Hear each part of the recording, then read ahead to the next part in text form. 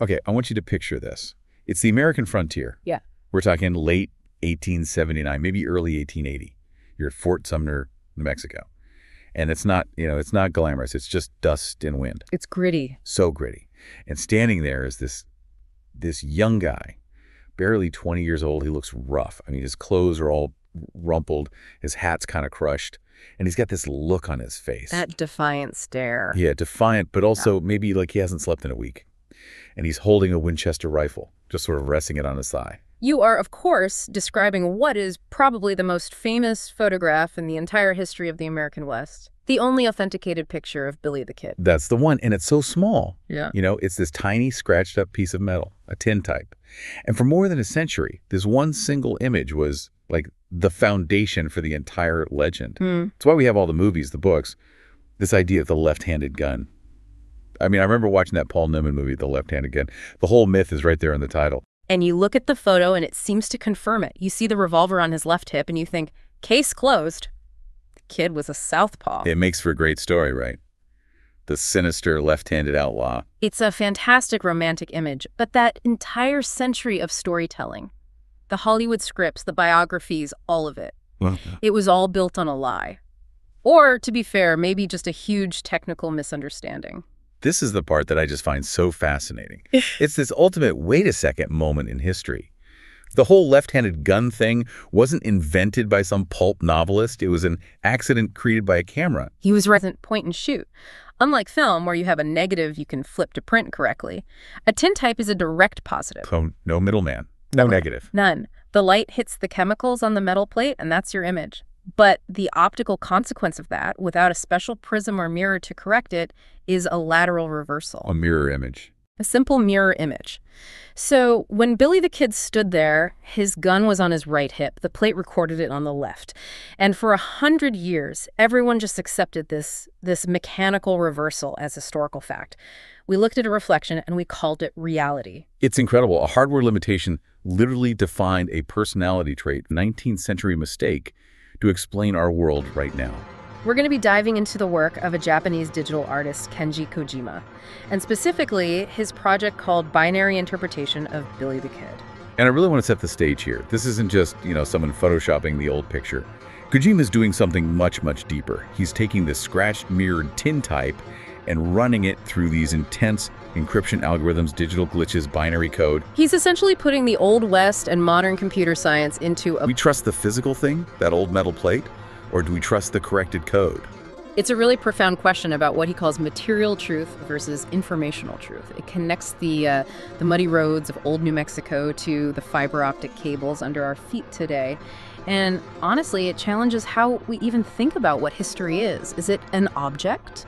Or is it just data? Okay, so let's unpack this. To really get what Kojima is up to, we have to go back to his source material, the tintype. Why is he so obsessed with this specific format? Well, because Kojima makes this really compelling argument that the tintype was basically the social network of the 19th century. Okay, hang on. I'm going to push back a little. A piece of sheet metal as a social network. That feels like a bit of a stretch. It's not like you could like it or leave a comment. No, of course not. But think about the function of it compared to what came before. Before tintypes, you had the daguerreotype or the ambrotype. These were images on silver-plated copper or really fragile glass. The kind of thing you see in a museum behind velvet ropes. Exactly. They were delicate, they were expensive, you had to go to a fancy studio in a city, they were heirlooms meant to be kept safe. But the tintype was struck on a thin sheet of blackened steel. Well, it's tough. It was rugged and incredibly cheap, sometimes just a penny. And crucially, you didn't need a studio. This led to the rise of the itinerant photographer. I love that image.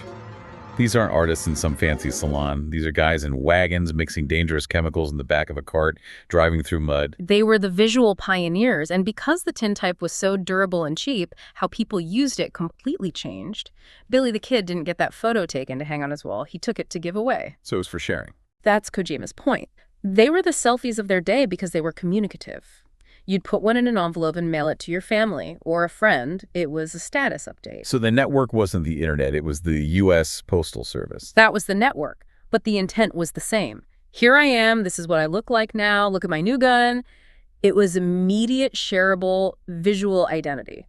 But with that speed and low cost came that fatal flaw we started with, the mirror effect. Right. They didn't bother with the expensive corrective mirrors to keep it fast and cheap. And that is the absolute foundation for Kojima's whole project. He points out that our understanding of these American icons is so often built on the limitations of the technology used to capture them. We just accepted a reversed reality because the machine told us to. And Kojima's asking, what machines are reversing our reality today? What algorithms are flipping the gun to the other hip without us even noticing? Wow. Okay, that sets the stage perfectly for the artwork itself. So let's describe this for everyone listening.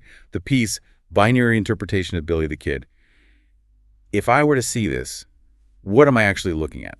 What you're looking at is a triptych. So 3 panels side by side. A triptych. That always makes me think of like old church altar paintings. And that religious feeling is probably intentional. We are dealing with one of the sacred myths of the American West. So in the left and the center panels, Kojima shows the historical image, the mirrored one, the one that created the left-handed myth. Okay, so the left and center panels are the lie, the myth. Well, this is where it gets tricky. Kojima calls this the material truth. Material truth. But it's factually wrong. Is it? The image on the physical plate is reversed. That is the reality of that object. If you held that original tintype in your hand, that is what you would see. So it's true to the material, even if it's false to the man. Okay, I see. So it's a physical fact, even if it's an informational lie. Precisely. Now, look at the right-hand panel. This one shows the corrected image. He's done a simple digital flip to restore the kid to his actual right-handed reality. So we've got the physical object's truth on the left and the informational digital truth on the right. Exactly. And that creates this incredible tension. Which one is the authentic Billy? Is it the physical plate that was literally in the room with him in 1880, absorbing the light from his face? Or is it the manipulated digital file that corrects the physics, but has no physical connection to that moment at all? That's a really tough question. My gut, my instinct is to say the plate is the truth. It was there. It's the witness. The digital flip is just math. It's a reconstruction. But the plate is lying to your eyes. The plate tells you he's left-handed. The math tells you he's right-handed. Kojima forces you to choose between the authority of the atom, the physical object, and the authority of the bit, the information. It's a total tug of war. Now, Kojima has this idea he calls the corrected America. How does that fit in here? He suggests that America itself isn't a static, finished thing. It exists in this perpetual state of correction. Just like we have to flip the tintype to see the real Billy, we are constantly adjusting our view of our own past through the lens of new data, new information. We're constantly slipping history back and forth. Trying to find the version that aligns with what we know now. It's like we find a bug in the code. Oh, wait, this historical figure wasn't who we thought, and we try to patch it. We're beta testing our own history. That's a perfect way to put it. And Kojima takes that coding idea literally. This isn't just a static triptych. It's a video. It's a process. And that brings us to the next layer of his work, which I find absolutely incredible. He doesn't just display the images. He systematically destroys them. Destroys is a strong word, but yeah, when you watch the video, he scrambles them into total noise. He uses something called the one-time pad. Now, I've heard this term probably in spy movies, but I don't really get it. Can you break that down? The one-time pad, or OTP, is basically the holy grail of cryptography. It is the only theoretically, mathematically unbreakable form of encryption. Unbreakable, not just it would take a supercomputer a million years, but actually impossible to break. Impossible, and here's why. Most encryption relies on a photo of the Billy the Kid photo, and you combine it with a key. Like a password. Sort of, but this key has to be a stream of truly random numbers that's at least as long as the message itself. And this is the crucial part. You can only use the key once. Okay. So if the key is truly random and only used one time, any ciphertext you get could, with equal mathematical probability, decrypt into any plain text of the same length. Oh, so without the key, the encrypted message is literally indistinguishable from random noise. Precisely. There is no pattern to find, and that is what Kojima does. He takes this iconic image and runs an algorithm that turns it into perfect, uncrackable digital noise using the OTP method. In the video, you just watch that center image dissolve. The pixels don't blur, they randomize. Why? What does that symbolize? He's using it to represent the entropy of history. Entropy, like in physics. Yeah. The tendency for things to move from order to disorder. Exactly. But apply that to memory. Over time, history degrades. The physical details of a life, they dissolve. The texture of Billy's jacket, the specific look in his eyes, the sound of his voice, all that stuff fades into the noise of time. We lose the signal. Kojima is showing us that loss happening right in front of our eyes. He's turning the icon back into digital dust. But the video loops. The images don't stay as noise forever. They come back, falling through the map. Right, it's a mistake. It's bad. But here, Kojima uses the glitch as a metaphor for reconstruction. He's saying we never, ever recover the past perfectly. We can only piece it together from broken fragments, from errors, from interpretations. So when the image as Billy reemerges from that field of random data, it isn't the original moment. It's a digital ghost.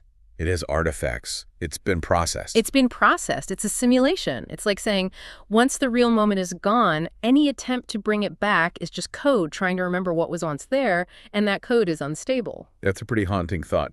Now, there's another layer to this. In the second video of the series, he does something really specific with the resolution of the pixels.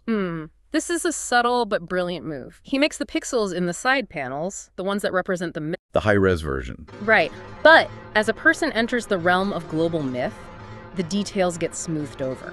The resolution drops. He becomes an abstraction, like the Che Guevara image on a t-shirt. You don't see the person, you just see the symbol. Exactly. He stops being a person and becomes an icon of rebellion, of the Wild West.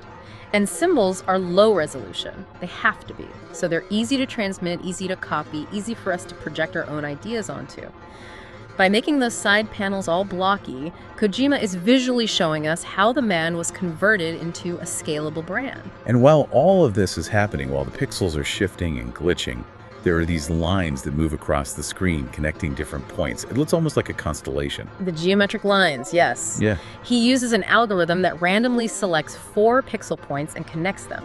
As the encryption process runs, the points shift and the lines dance across the screen. That has to be about the network idea again. It is. Those lines represent the network that keeps the image alive and circulating. In 1880, that network was physical rail lines, mail routes. Today, it's an instantaneous web of binary code. So we're not even looking at a static man on a plate anymore. We're watching a dynamic calculation. A dynamic calculation governed by invisible algorithms. We don't see the code running in the background of our lives. We just see the results on our screens. Kojima is showing us that process, reminding us that Billy the Kid is just data now. A little piece of steel? It's worth an insane amount of money. It is. This is where the history of capital crashes into the history of art. Kojima is very deliberate about this context. In 2011, that original tintype was sold at auction. To the billionaire Bill Koch. For $2.3 million. 2.3 million. For a piece of metal the size of a credit card? I mean, I understand it's rare, but that number is just it's staggering. Kojima calls it abnormal greed, but he links it directly to what he calls the cult of the physical object. In the traditional art market, value is almost entirely based on scarcity. It's worth so much because it's the only one. Right. If there were a million of them, they'd be worthless. It'd be postcards. So the object becomes a relic. It's a financial instrument for the super rich to park their money. The value is in the exclusivity. I have it and you don't. And Kojima's whole digital project seems like a complete rejection of that idea. It is. He frames the entire digital era as an artistic reformation. Okay, that's a bold comparison. He's comparing digital art to the Protestant Reformation. It's ambitious, but I think it holds up. Think about what the Reformation did. Before Martin Luther, the Bible was in English and so on. It bypassed the high priests and gave the text directly to the people. Kojima is arguing that digital art does the same thing to the high priests of the art market, the auction houses, the elite galleries. Because you can't control a digital file in the same way. You can't. His binary interpretation can be copied infinitely. You can have it, I can have it, 1 million people can have it, and the millionth copy is bit for bit identical to the first. It loses none of its essential quality. Which just completely demolishes the idea that owning the original is where the value comes from. If everyone can have the original, the scarcity-based price evaporates. But, and this is a huge but, the market tried to fight back against that idea. We have to talk about NFTs. Non-fungible tokens. Yeah. The crypto art craze. You would think a digital artist like Kojima would be all over that. I mean, finally a way to sell a digital file for millions. You would think so. But he is incredibly critical of NFTs. He has this amazing phrase for them. Financial wrapping paper. Ouch. Wrapping paper. What does he mean by that? It's a very precise critique. He sees NFTs as an attempt to force artificial scarcity back onto a realm that is naturally abundant. The digital world wants to be copied, but the market says, no, we need to make this a tradable asset. So he says, if the digital artwork is the gift, the NFT is just the wrapping paper you use to turn it into a commodity. It adds a price tag and a receipt, but it doesn't change the art itself. It's trying to apply the logic of the 1880 tintype to a 2024 computer file. Precisely. It's a step backward. Kojima wants to embrace the abundance, not restrict it. So if the value isn't in the price tag, if it's not in owning the one and only copy, where's the value in Kojima's world? What is his work worth? The value is in the interaction. It's in the signal, he says, not the stock. He believes that by using encryption, by making the art a constant process of dissolving and rebuilding, he resists it being turned into a simple product. You can't really own a process. The value comes from the gallery, a decentralized space for ideas. We're not all worshiping at the altar of the $2.3 million plate locked away in a vault. We're participating in a living conversation. That's a really powerful vision. I want to circle back to something you mentioned earlier, this idea of America as a generative state. Kojima seems to be arguing that our national identity is... Just like those pixels in his video are in a constant loop of encrypting and decrypting, our cultural identity is always recalculating. You see that every single day in the news, don't you? History is constantly being re-examined, re-argued, statues come down, new stories are told. We're all arguing over what the country's source code actually is. We are constantly flipping the tintype, searching for the truth. And Kojima highlights this profound paradox by comparing the 19th century itinerant photographer to himself. The 21st century now than any society in human history. We have one-time pad levels of information, every phone is a camera, every action leaves a digital trace, and yet the real build-up. So as we wrap up this deep dive, we've gone on quite a journey. We started with a scratched piece of steel from 1880, a mirror image that fooled the world for 100 years. The network. We went from a world of material scarcity, where one photo cost millions, to a world of digital abundance, where the image belongs to everyone and no one. And we're left in this mirrored world trying to find the true reflection of ourselves amidst all the noise. It forces you to be an active participant. So here's the thought I want to leave all of you with. Are you willing to accept that the truth might be messy and pixelated and made of constantly changing code? Maybe the real truth isn't in the original image or in the corrected code. Maybe. Just like in Kojima's work, the truth is in the movement between the two.